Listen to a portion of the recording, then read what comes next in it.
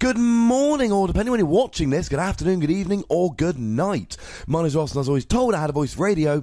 So today, I am showing you another exciting new card from the upcoming Shining Legends expansion, coming out in October as its own set in its own products like Generation did. It is Shaymin.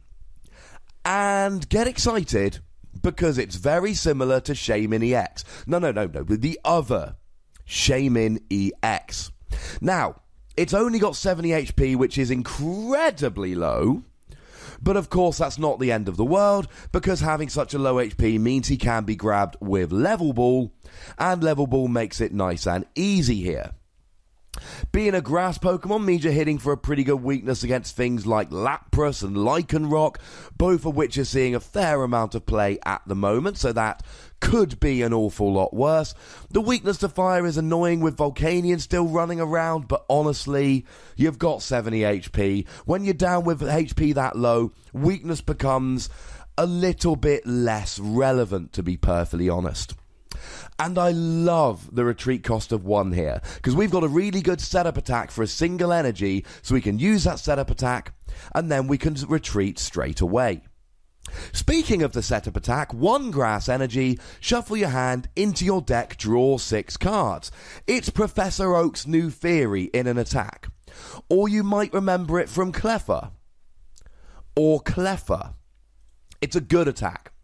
It is one of these attacks where, especially with this Shaymin rotating out, it's actually really, really important to be able to have set-up attacks. It's why Alolan Vulpix is seeing a bunch of play, and it's why I really think this could be an amazing tech in a lot of decks.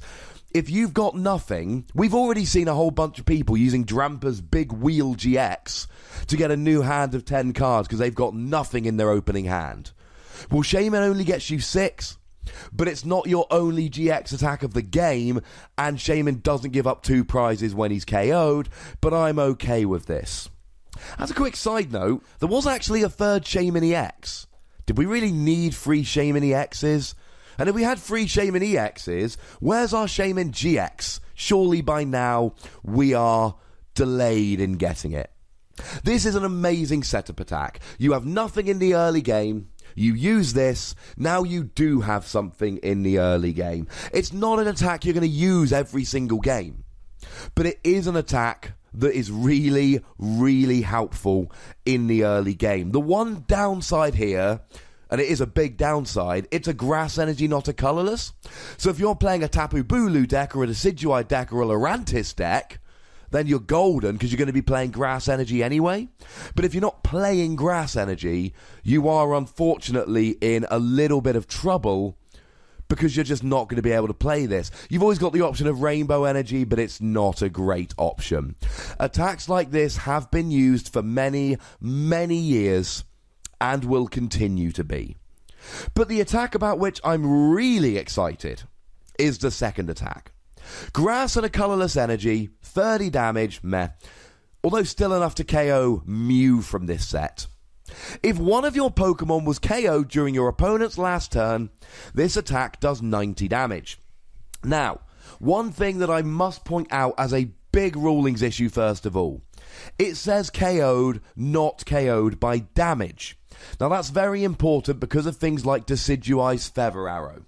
That will KO using an attack, but will then activate the extra damage. Although, as with all of this, ladies and gentlemen, you've got to remember that these are Japanese translations, and even if they're correct, they still could be changed by the time they come out in the UK, US, Europe, etc. Now, why is this attack so good? Well, there's several reasons. 120 damage for 2 energy is just great. In my earlier video today, I told you that Entei doing 100 damage plus burn for 3 energy wasn't very good, so doing 120 damage for 2 really, really is good. But the other reason I really like this is because you can drop it as a major surprise. Now, we're going to talk about the options in a minute, but it's a 2 energy basic. It's not that difficult to get going. Couple of other things first. Although I say 120 damage, of course we all know it can be a lot more than 120. You add a choice band on there, you're up to 150. You play a Professor Kukui, you're up to 170, and that's before you bring in the promo Lurantis. Allows all of your grass and fire Pokemon to do an extra 20 damage. Now, I know I don't usually talk about this with fire Pokemon. I didn't mention it in my Entei video earlier. The reasoning is simple. In grass decks, you may well be playing Lurantis anyway. It makes a lot of sense to play the promo Lurantis. I'm not sure how much I love it in fire decks, because fire decks have got other tricks. So, now actually, and this is a lot to do, and I don't think you're going to get all of this, but let's say you are doing the 120. Plus 30 for a choice band, 150. Plus 20 for Kukui, 170. Plus 4 Lurantis at 80 each is 250. And that's the most you'll ever need to hit at the moment. Something like a Solgaleo GX is going down in one hit for 2 energy off a non-GX basic. Now let's be clear. You're not going to be using 4 promo Lurantis, but it's a nice idea anyway. And when I said it reminded me of Shaymin EX, I was of course talking about the Shaymin EX from Next Destinies. 1 grass, 1 colourless, 30 damage, plus 30 more for each prize card your opponent has taken.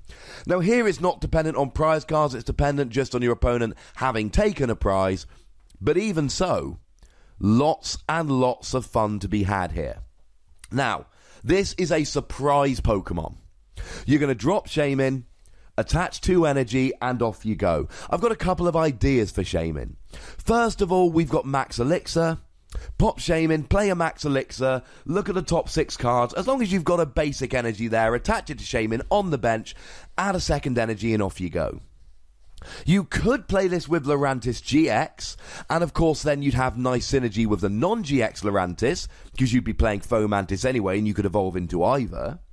The big problem I have with this, of course, is that you can use Lurantis to build up Shaymin one turn, but then you're giving your opponent a turn to drag up Shaymin and get the KO if you're worried about Shaymin. Although, to be honest, Lurantis does do 120 for free energy, so it's really not that worrying. But the deck I really, really like this in is Vikavolt Tapu Bulu. Because Vikavolt Strong Charge allows you to search for a lightning and a grass energy and attach them to your Pokemon in any way that you like. Well, Shaymin needs a grass and another energy, so let's call it a grass and a lightning.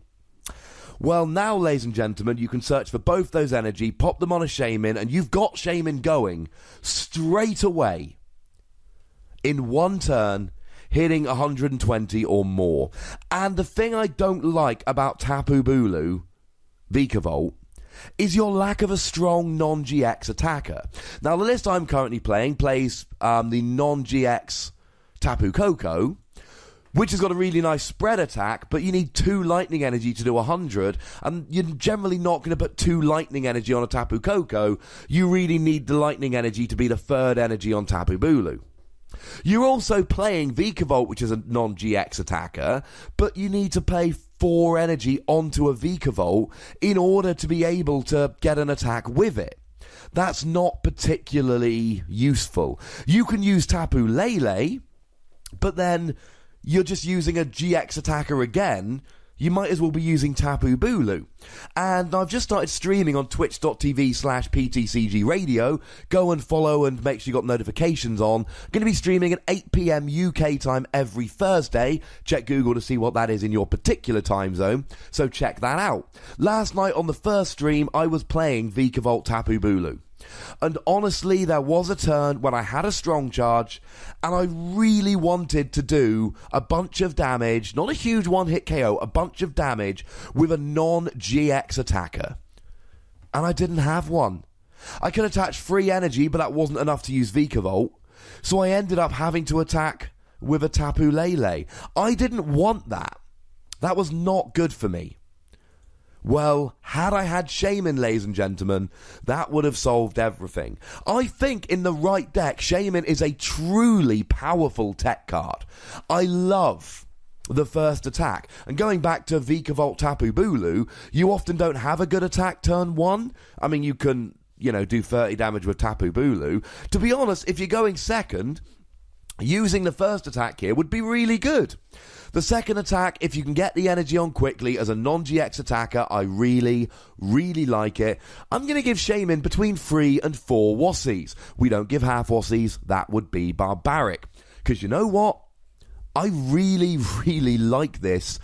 I just don't think it's good in many decks. But certainly in Vikavolt, Tapu Bulu, or anything else that can get the energy on quickly and needs a non-GX attacker, big fan. Now, you know the deal, ladies and gentlemen. There's a comment section. Tell me what you think. Go nuts. Be nice. Make sure you follow me on Twitter at the Wassie. Make sure that you like this video, subscribe to this channel, and go and follow me on twitch.tv/PTCGRadio for live stream fun time. The most important thing, as always, look after yourselves until next time. Thank you very much for watching. My name's Ross, and you've been watching PTCG Radio.